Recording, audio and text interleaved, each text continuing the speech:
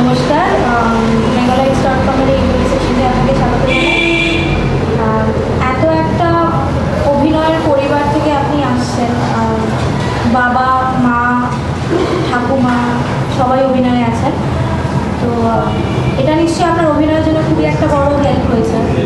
অবশ্যই, কারণ সত্যি কথা বলতে খুব একটা প্ল্যান করে আমি অভিনয় করাটা শুরু করিনি, কারণ অভিনেতা প্রসেনজিৎ চট্টোপাধ্যায় আমার মা বাবাকে তো বহু বছর ধরে চেনেন, কাজেই সেই সূত্রেই আর কি হঠাৎ করেই একদিন উনি আমাকে আর আমার দাদাকে দেখতে চাইলেন।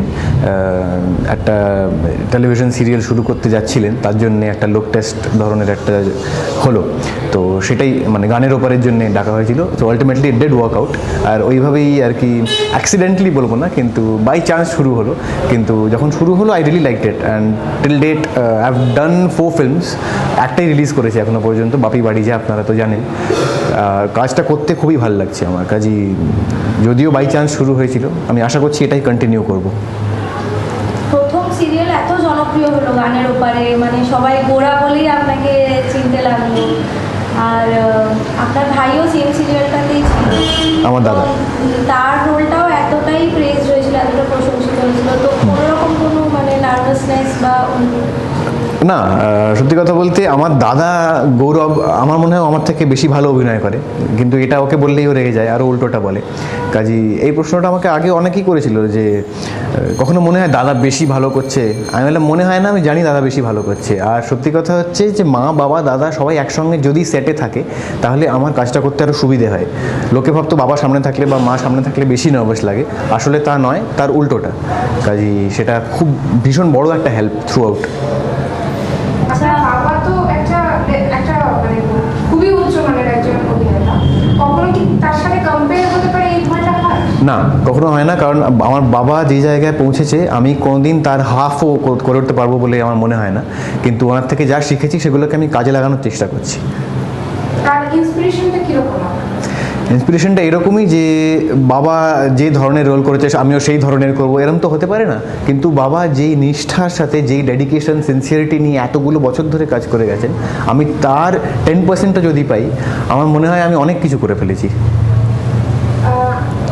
আপনি থিয়েটারের সাথেও যুক্ত, হ্যাঁ, এবং চলচ্চিত্র এবং টেলিভিশন মিডিয়া দুটোরই ফরম্যাটগুলো আপনি দেখলেন, কোনটা বেশি পছন্দ কাজ করার জন্য?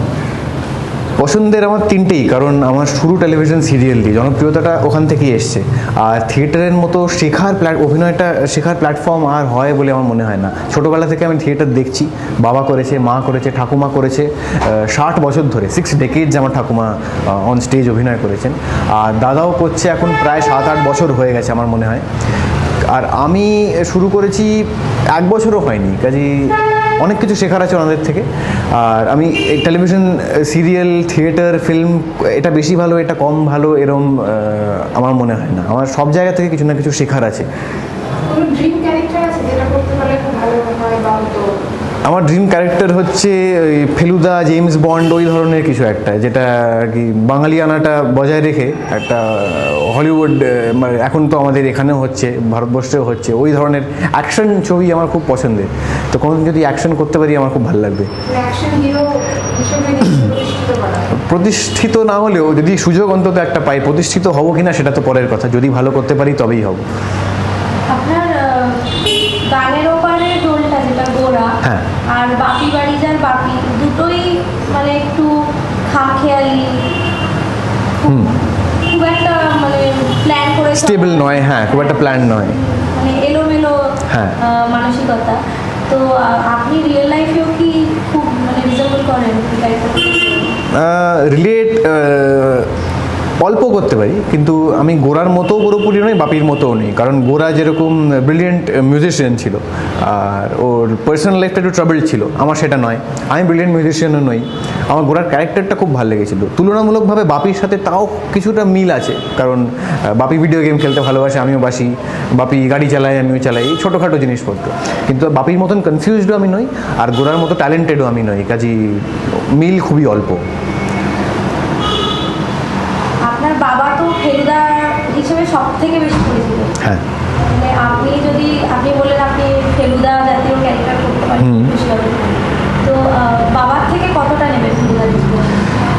ফেলুদা করতে চাইবো কিনা আমি ঠিক শিওর নেই, আমার মনে হয় না ফেলুদা আমি খুব একটা ভালো করবো, কিন্তু ওই মগজাস্ত্র থাকবে, জেমস বন্ডের hand to hand combat skills থাকবে, সব কিছু মিলিয়ে একটা যদি একটা অ্যালয় তৈরি হয়, সেরকম একটা ক্যারেক্টার আমি করতে চাইবো। কিন্তু ডেফিনেটলি মানে যে কোনো ক্যারেক্টার হোক, বাবার থেকে হেল্প তো আমি নিই, সেটা শুধু ফেলুদার ক্ষেত্রে নয়। চট্টগ্রামে আপনার থেকে কাজের জায়গা একটা তৈরি হচ্ছে, এইরকম সময় যদি মুম্বাই থেকে কোনো অফার আসে, অবশ্যই সেটা ভালো একটা জায়গা হবে, তাহলে কি সেই রিস্কটা নিতে পারে? আমি সেটাকে রিস্ক তো মনে করব না, কারণ আমি যদি কাজ করার সুযোগ সেখানে পাই আমি অবশ্যই যেতে চাইবো, কিন্তু আমি কখনো আমার বেস শিফট করতে চাই না কলকাতা থেকে, অন্য জায়গায় কাজ করতে অবশ্যই ইন্টারেস্টেড হবো, কিন্তু I want to come back here, কারণ এখানেই আমার সব কিছু।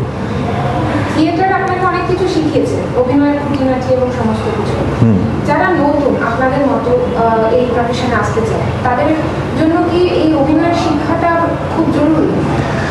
অভিনয়ের শিক্ষাটা জরুরি তো বটেই সবার জন্য, কিন্তু সেটা আমি শুরু করেছিলাম টেলিভিশন সিরিয়াল দিয়ে, তারপরে 3টে ছবি করার পরে আমি থিয়েটারে ঢুকেছি, কাজেই আমার শুরুটা থিয়েটার দিয়ে তো নয়, কিন্তু থিয়েটার করে যেই কনফিডেন্স বাড়ছে, একটা ইম্প্রোভাইজেশন স্কিলস বাড়ছে, সেগুলো থিয়েটার যেটা দেয় সেটা অন্য কোনো মিডিয়াম থেকে পাওয়া যায় না। এর মানে যে সবাইকে থিয়েটার করতে হবে তা আমি মনে করি না, কিন্তু অভিনয় শেখাটা জরুরি, ভীষণ জরুরি। আপনার স্কুল লাইফ বা এখন কতটা কি চেঞ্জ হয়েছে আপনার গানের ওপারে? চেঞ্জ এটাই হয়েছে যে গানের ওপারে পরে আমি আরও কাজের সুযোগ পেয়েছি, ওটা আমার ডেবিউ, ওটা সারা জীবন আমার খুব কাছের হয়ে থাকবে।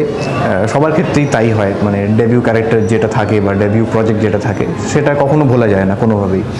আর স্কুল লাইফে মানে আমি তো ভাবিনি যে অভিনেতা হবো, সেটা আমার কলেজে ফাইনাল ইয়ারে গিয়ে হঠাৎ করেই সুযোগটা আসে, আর ওখান থেকেই শুরু হয় সব কিছু।